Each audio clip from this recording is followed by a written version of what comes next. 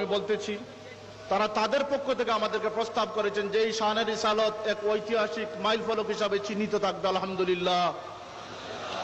এবং তারা প্রস্তাব দিয়েছেন যে এখানেই শানে রিসালতকে সীমিত না রেখে সুলতানুল আউলিয়া হযরত শাহজালাল ইয়ামানী রহমতুল্লাহ আলাইহির এই জমিন থেকে আমাদের পীর ও মুর্শিদ হযরত সাইফুল্লাহর নেতৃত্বে যখন এই যাত্রা শুরু হয়েছে, এই যাত্রাকে এখানে সীমাবদ্ধ না রেখে আগামীতে তারা আশাবাদ ব্যক্ত করেছেন যে তাদের প্রচেষ্টা এখানে দুনিয়ার তামাম দেশ থেকে বুজুর্গান মাশাইখদের নিয়ে এখানে ইনশাআল্লাহ আমাদের শানে রিসালত অনুষ্ঠিত হবে।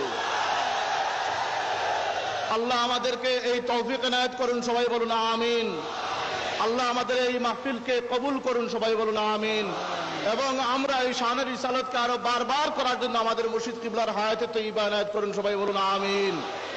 আমরা আজকে এই মাহফিল, আমি শুরুতে বলেছি, এই মাহফিল আমরা কোন দলকে কটাক্ষ করার জন্য নয়, কারো বুট কমানোর জন্য নয়, আশিকানে মুস্তাফা হুব্বে রাসূল সাল্লাল্লাহু আলাইহি ওয়াসাল্লাম মানুষের মনে স্থান দেওয়ার জন্য, মানুষের ঈমানী চেতনা, ঐক্য, মানুষের শক্তি, সাহস, মনোবলকে সুদৃঢ় করার লক্ষ্যে আহলে তাসাউফ যারা ইসলামে বুজুর্গানে কেরামের যে খিদমত আছে সেই খিদমতের স্বীকৃতি এবং তাদের মহব্বত অন্তরে নিয়ে মহব্বতের রাসূল পয়দা করা, বুজুর্গানে কেরামের অনুসরণ নিয়ে সাহাবায়ে কেরামের অনুসরণ করা, ইত্তেবায়ে সুন্নাহর মাধ্যমে ঈমান আমলের পরিপূর্ণতা লাভ করার জন্য আজকের এই মাহফিল কায়েম করা হয়েছে।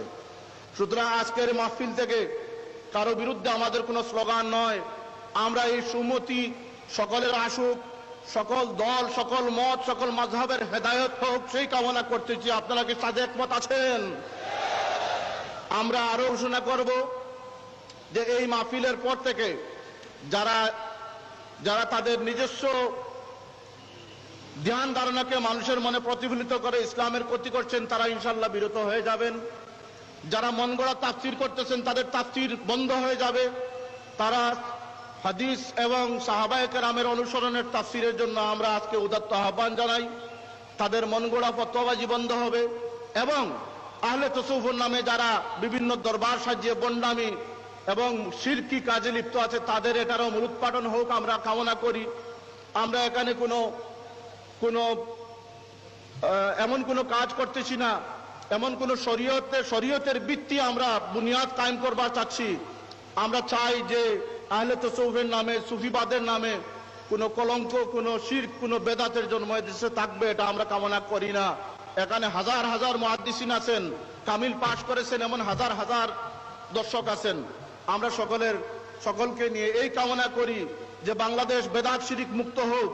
আর আমাদের ফুলতলি মাদ্রাসার প্রিন্সিপাল সাহেব বলেছেন যে স্পর্শকাতর কিছু